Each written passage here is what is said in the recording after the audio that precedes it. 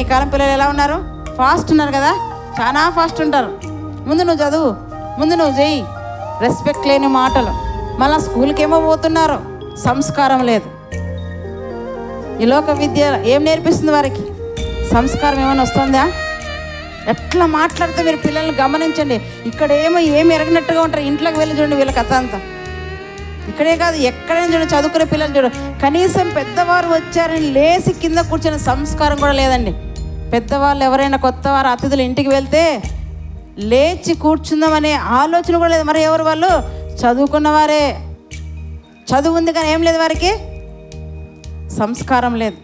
అందుకే తల్లిదండ్రులు మొదట మీరు ఏది చేస్తే మీ బిడ్డలు అదే చేస్తారని చెప్తున్నాను నేను. మీరు భయభక్తులు కలిగి ఉండండి, మీ బిడ్డలు భయభక్తులు కలిగి ఉంటారు. మీరు ఇవేవి చేయకుండా నా బిడ్డలు మంచి ఉన్నత స్థితిలో ఉన్నారంటే అది ఉండరు. స్థానం దేవునికి ఇవ్వాలి, మొదటి స్థానం. నీ బిడ్డల భవిష్యత్తు దేవునికి అప్పగించాలి. నువ్వు అనుకున్న దేవుడు నెరవేరుస్తాడు. నువ్వు దేవునికి అప్పగించకుండా, దేవుని సమయం ఇవ్వకుండా నీ సొంత ఆలోచన ప్రకారం నువ్వు చేసావు కనుకనే నీ బిడ్డల భవిష్యత్తు ఏమైపోతుందంట? నాశనం అయిపోతుంది. కనుక చాలా జాగ్రత్తగా మనం ఆలోచించాలి.